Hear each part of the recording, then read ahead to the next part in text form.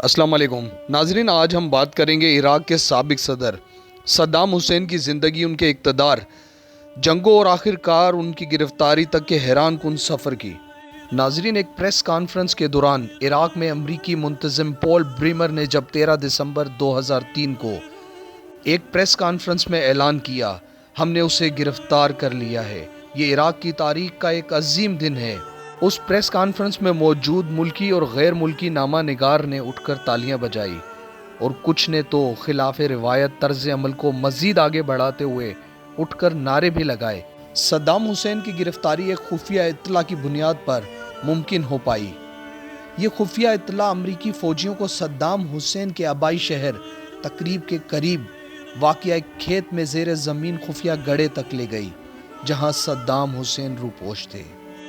ناظرین، Saddam Hussein Iraq کے سب سے طاقتور ترین انسان تھے، جن کے ایک اشارے پر قوم لرز اٹھتی تھی۔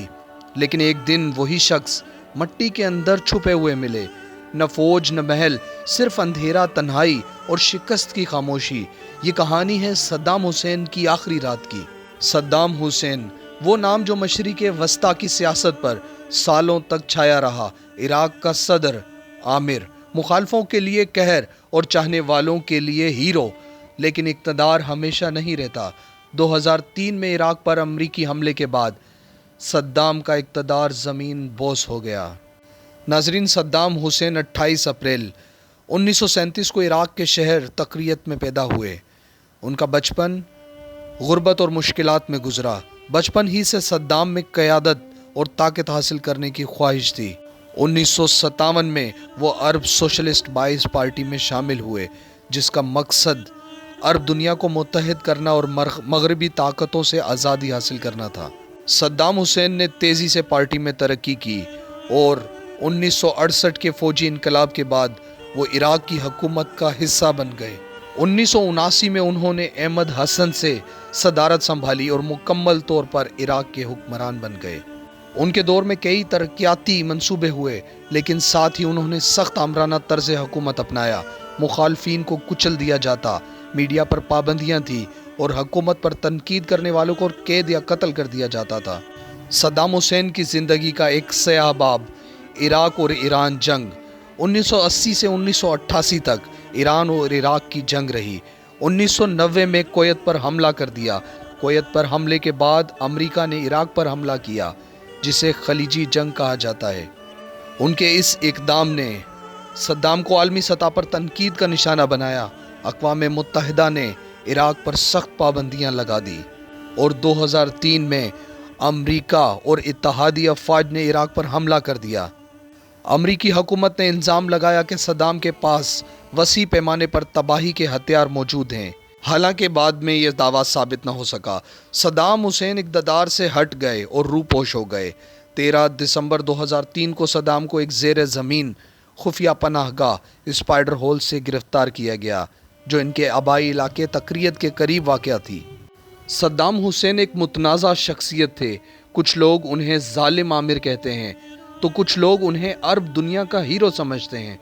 صدام حسین کے خفیہ اڈے کی معلومات اس شخص سے فراہم ہوئی جو اسی دن اریسٹ کیا گیا تھا۔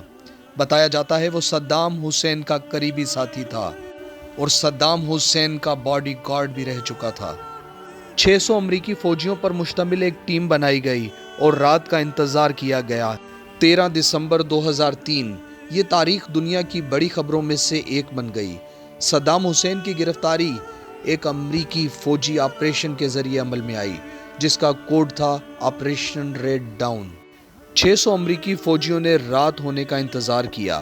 جو ہی شام ڈھلی، 600 امریکی فوجیوں نے 2 الگ مقام پر چھاپے مارے، جہاں سے صدام حسین برآمد نہ ہو سکے۔ اس کے بعد امریکی فوجیوں نے پورے گاؤں کو، پورے علاقے کو گھیرے میں لے لیا اور آخر کار وہ وقت آیا۔ صدام کو عراق کے شمالی علاقے الدور کے ایک گاؤں میں ان کے آبائی شہر تقریت کے قریب ایک کھیت میں چھپے ہوئے پایا گیا۔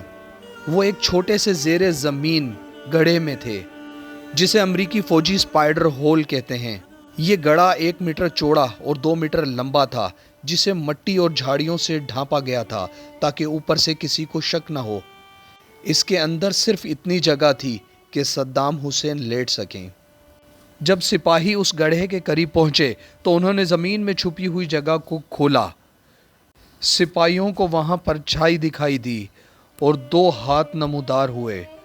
صدام حسین نے کسی قسم کی مزاحمت نہیں کی، انہوں نے صرف یہ کہا، I am Saddam Hussein, I am the president of Iraq and I want to negotiate۔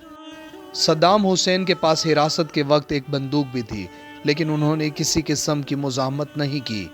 Saddam Hussein کی داڑھی بڑھی ہوئی تھی، بال بکھرے ہوئے تھے اور ظاہری حالت انتہائی کمزور لگ رہی تھی۔ حراست کے فوراً بعد انہیں ایک امریکی فوجی کیمپ میں لے جایا گیا، جہاں ان کا طبی معائنہ ہوا۔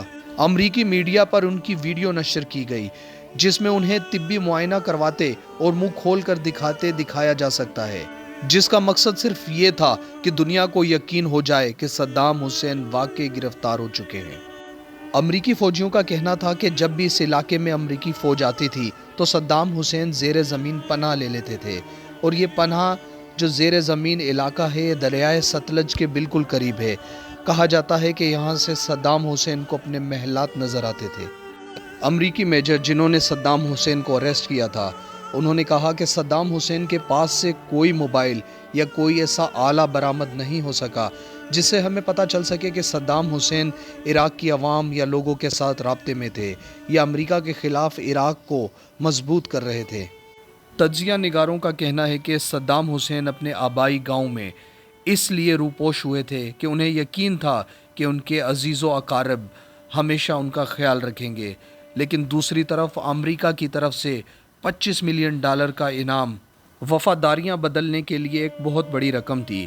لیکن دوسری طرف جو مخبر اریسٹ ہوا تھا، کیونکہ اس نے اریسٹ ہونے کے بعد یہ معلومات دی تھی، تو کہا جاتا ہے کہ یہ انعامی رقم سے وہ محروم رہا۔ گرفتاری کے بعد صدام حسین کو امریکی تحویل میں رکھا گیا۔ 2005 میں ان پر باقاعدہ مقدمہ چلایا گیا۔ انہیں دجیل قتل عام کے کیس میں مجرم قرار دیا گیا، جس میں 1982 میں 148 شیعہ مسلمانوں کو قتل کر دیا گیا تھا۔ اس طرح 5 نومبر 2006 کو انہیں سزائے موت سنائی گئی اور 30 دسمبر 2006 کو صبح کے وقت انہیں پھانسی دے دی گئی۔ تاریخ سب کچھ یاد رکھتی ہے۔ اپنا اور اپنے پیاروں کا خیال رکھیے گا۔ شکریہ جی، اللہ حافظ۔